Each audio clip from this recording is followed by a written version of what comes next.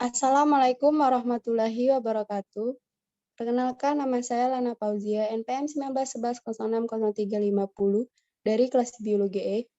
Baik, di sini saya akan menjelaskan literasi, asesmen, dan analisis pokok uji. Next.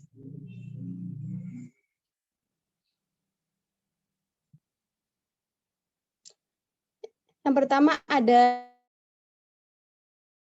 asesmen. Asesmen merupakan bagian integral dari proses pendidikan. Asesmen penilaian diartikan sebagai prosedur yang digunakan untuk memperoleh informasi mengenai taraf pengetahuan dan keterampilan peserta didik yang hasilnya akan digunakan untuk keperluan evaluasi penilaian. Sebuah istilah umum yang mencakup keseluruhan prosedur yang digunakan untuk mendapatkan informasi mengenai belajar peserta didik melalui pengamatan, penilaian, penampilan, atau proyek tes tertulis, dan informasi tentang penilaian mengenai kemajuan pembelajaran. Next. Yang kedua ada prinsip asesmen. Berdasarkan Permendikbud nomor 23 tahun 2016 pasal 5 terdapat 9 prinsip asesmen, yaitu sahih berarti penilaian yang didasarkan pada data yang mencerminkan kemampuan yang diukur. Kemudian ada objektif, adil, terpadu, terbuka, menyeluruh, dan berkesinambungan, sistematis, beracuan kriteria, dan akuntabel. Next. Yang selanjutnya ada fungsi asesmen. Ada 4 fungsi asesmen yang dikemukakan oleh Bloom. Yang pertama ada penilaian berfungsi selektif, yang kedua ada penilaian berfungsi penempatan, yang ketiga ada penilaian bersifat diagnostik, dan yang keempat ada penilaian berfungsi keberhasilan. Next. Selanjutnya ada fungsi asesmen. Asesmen sebagai instruksi yang memberikan umpan balik.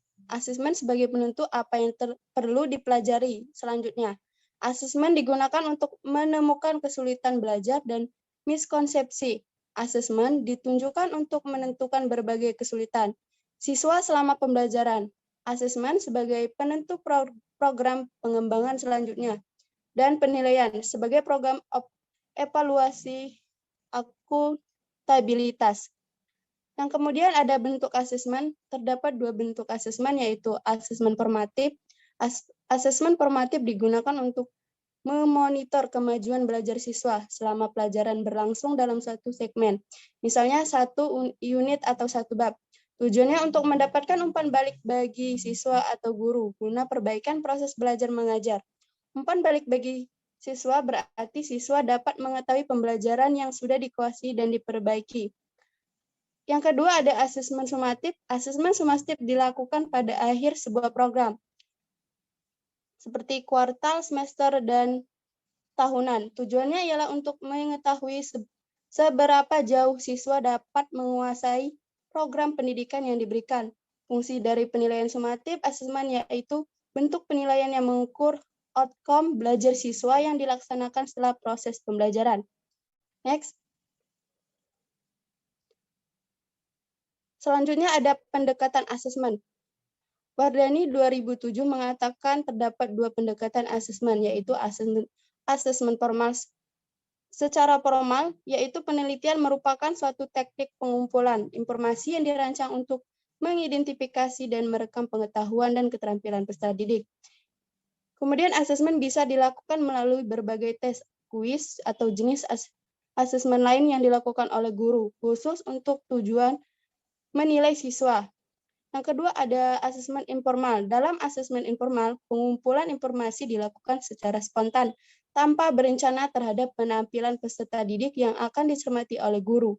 Guru bisa melihat kompetensi siswa dengan cara mencermati dan menilai jawaban yang diberikan siswa saat menjawab pertanyaan dari guru.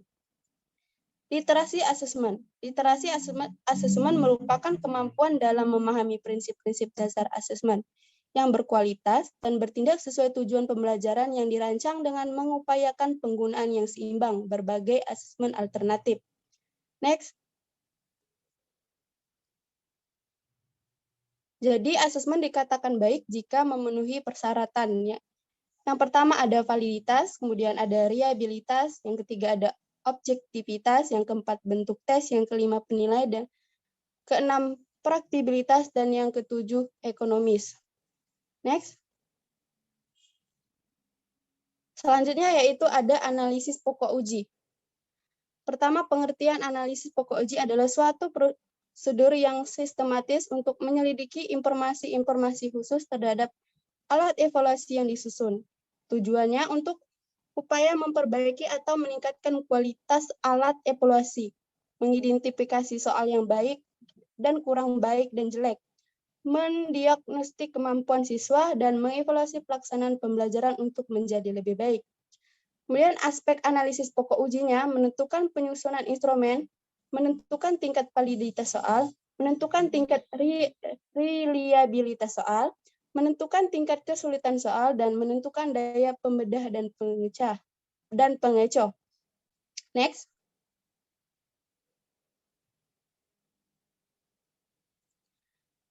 Selanjutnya ada jenis validitas. Jenis validitas yang dikembangkan oleh Arikonto 2008 yaitu validitas logis tes yang valid secara logis sesuai dengan aturan yang telah ditentukan. Misalnya, soal yang lazim digunakan untuk jenjang SMP secara logis sesuai dengan materi SMP, kecuali jika digunakan untuk kepentingan seleksi khusus Olimpiade.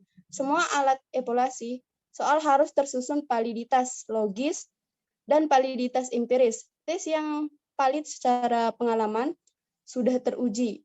Validitas empiris meliputi 4 hal berikut, yaitu validitas isi, validitas konstruksi, dan validitas prediksi.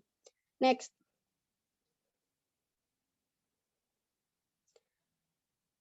Yang selanjutnya ada analisis pokok uji menggunakan rumus manual. Yang pertama itu kita penyusunan instrumen analisis pokok uji berkaitan dengan penyusunan instrumen meliputi standar penggunaan bahasa dalam penyusunan tes maupun non-tes. Petunjuk instrumen dan proporsi jumlah instrumen yang digunakan berkaitan dengan waktu yang dibutuhkan peserta tes. Yang kedua itu ada validitas sebuah instrumen dikatakan valid apabila secara logis, isi, empiris, dan prediksi, sehingga dapat mengungkapkan data dari variabel yang diteliti secara tepat. Sebuah tes dapat diukur tingkat kevalitannya dengan menggunakan teknik korelasi produk momen yang ditemukan oleh Pearson dengan rumus yaitu ada di sampingnya, yaitu rumus korelasi produk momen dengan angka kasar. Next. Yang ketiga ada reliabilitas alat instrumen. Evaluasi untuk dapat digunakan sebagai alat ukur yang dapat dipercaya harus memiliki nilai yang reliable, sehingga ketika akan digunakan mempunyai ukuran yang konsisten. Menggunakan rumus reliabilitas, analisis reliabilitas dengan menggunakan rumus reliabilitas dapat dilakukan dengan memberikan tes hanya 1 kali dan dapat diukur tingkat reliabilitasnya dengan menggunakan rumus K dikurang R atau 20 analisis reliabilitas. Bentuk tes pilihan ganda menggunakan KR atau dikurang 20 yang dikemukakan oleh Kuder dan Richardson. Bahwa penggunaan rumus KR20 dapat menghasilkan tingkat reliabilitas dibandingkan dengan KR21. Kedua rumus tersebut tanpa menggunakan teknik belahan ganjil, genap, atau awal akhir. Yang keempat ada tingkat kesulitan. Tingkat kesulitan bisanya digunakan untuk menganalisis soal jenis objektif. Soal yang baik adalah soal yang tidak terlalu mudah dan tidak terlalu sulit. Soal yang terlalu mudah akan menyebabkan peserta didik tidak dapat merangsang berpikir tingkat tinggi. Sedangkan soal yang terlalu sulit akan menyebabkan siswa berputus asa. Kemudian Srianti menuturkan keseimbangan tingkat kesulitan mengacu pada kurva normal 30% mudah, 50% sedang, dan 20% sulit. Dan untuk menghitung tingkat kesulitannya ini menggunakan rumus P sama dengan B per JS. Next.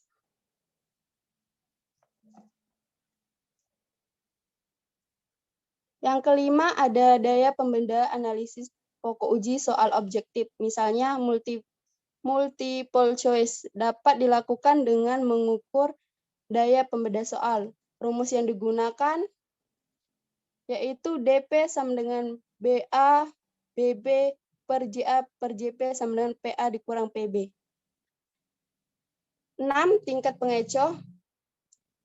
Tingkat pengecoh merupakan distribusi peserta tes dalam memilih jawaban.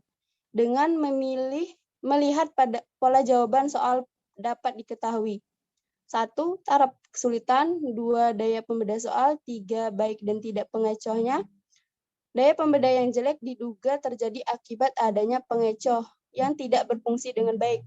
Sehingga untuk peningkatan tingkat daya pembeda, maka pilihan jawaban dapat diganti yang lebih baik. Next. Contoh menggunakan SPSS. Jadi uji normalitas adalah suatu cara yang dilakukan untuk melihat apakah data dalam penelitian telah terdistribusi secara normal. Hasil uji ini nanti akan mempengaruhi langkah analisis selanjutnya. Cara uji normalitas SPSS biasanya memiliki dua pilihan, yaitu Kolmogorov, Smirnov, dan untuk menentukan menggunakan yang mana bisa dengan memperhatikan data itu sendiri. Ketentuan uji normalitas. Dalam uji normalitas terdapat indikator yang disebut nilai signifikansi. Apabila data memiliki nilai signifikansi 0,05, maka dapat dikatakan bahwa data tersebut normal.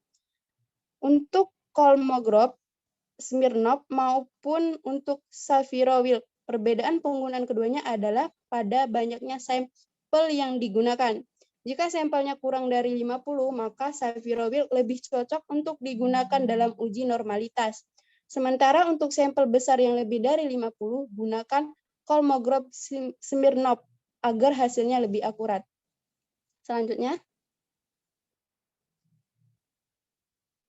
yaitu contoh Anates. Komponen pada aplikasi Anates ganda, yaitu secara fisik tampilan berwarna biru. Apabila aplikasi Anates memiliki kemampuan untuk menganalisis soal seperti menghitung skor, menghitung reliabilitas tes, mengelompokkan subjek ke dalam kelompok atau atas atau bawah, menghitung daya pembeda, menghitung tingkat kesukaran soal, menghitung korelasi skor butir dan skor total, menentukan kualitas pengecoh. Contohnya yaitu dalam menghitung skor. Adapun arti dari skor ganjil, genap, dan skor total pada aplikasi Anates dengan 10 butir soal tes objektif. Pertama, skor ganjil yaitu jawaban benar dan butir soal nomor 1, 3, 5, 7, dan 9. Dan seterusnya. Kedua, skor genap yaitu jawaban benar dan butir soal nomor 2, 4, 6, dan 8. Dan ketiga, skor total yang jumlah skor diperoleh dari seluruh bentuk soal, skor ganjil dan genap dengan rumus tebakan. Jika mengambil contoh dari skor ganjil yaitu 3 dan skor genapnya yaitu 2, maka skor totalnya yaitu 3 ditambah 2 sama dengan 5. Saja hasil skor tes peserta didik dapat dihitung atau skor secara otomatis. Anates ini jumlah skor tes peserta didik dapat diurutkan dari hasil belajar peserta didik tertinggi sampai ke terendah. Dengan begitu, pendidik dengan cepat dan mudah mengetahui dan memperoleh data peserta didik yang telah banyak dalam menjawab benar dan salah dari soal tes objektif. Selanjutnya, yaitu next, kesimpulan.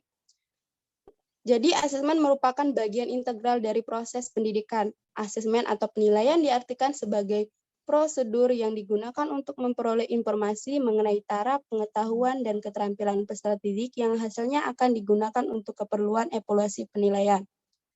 Adalah sebuah istilah umum yang mencakup keseluruhan prosedur yang digunakan untuk mendapatkan informasi mengenai belajar peserta didik, pengamatan, penilaian, penampilan, atau proyek tes tertulis, dan informasi tentang penilaian mengenai kemajuan pembelajaran. Sedangkan analisis pokok uji merupakan serangkaian proses pengujian perangkat asesmen dengan tujuan sebagai upaya memperbaiki atau meningkatkan kualitas tes, mengidentifikasi soal yang baik, kurang baik, dan jelek, mendiagnostik kemampuan siswa, mengevaluasi pelaksanaan pembelajaran untuk menjadi lebih baik, Dan analisis pokok uji adalah suatu prosedur yang sistematis untuk menyelidiki informasi-informasi khusus terdapat alat evaluasi yang disusun. Tujuan analisis pokok uji lebih banyak digunakan pada alat evaluasi yang bersifat objektif seperti tes pilihan ganda. Mengingat untuk tes yang bersifat uraian belum banyak dikaji tentang standar baku yang digunakan. Namun demikian semua alat evaluasi dapat dianalisis pokok uji sesuai dengan ketentuannya masing-masing. Baik, sekian penjelasan dari saya. Saya akhiri. Wassalamualaikum warahmatullahi wabarakatuh.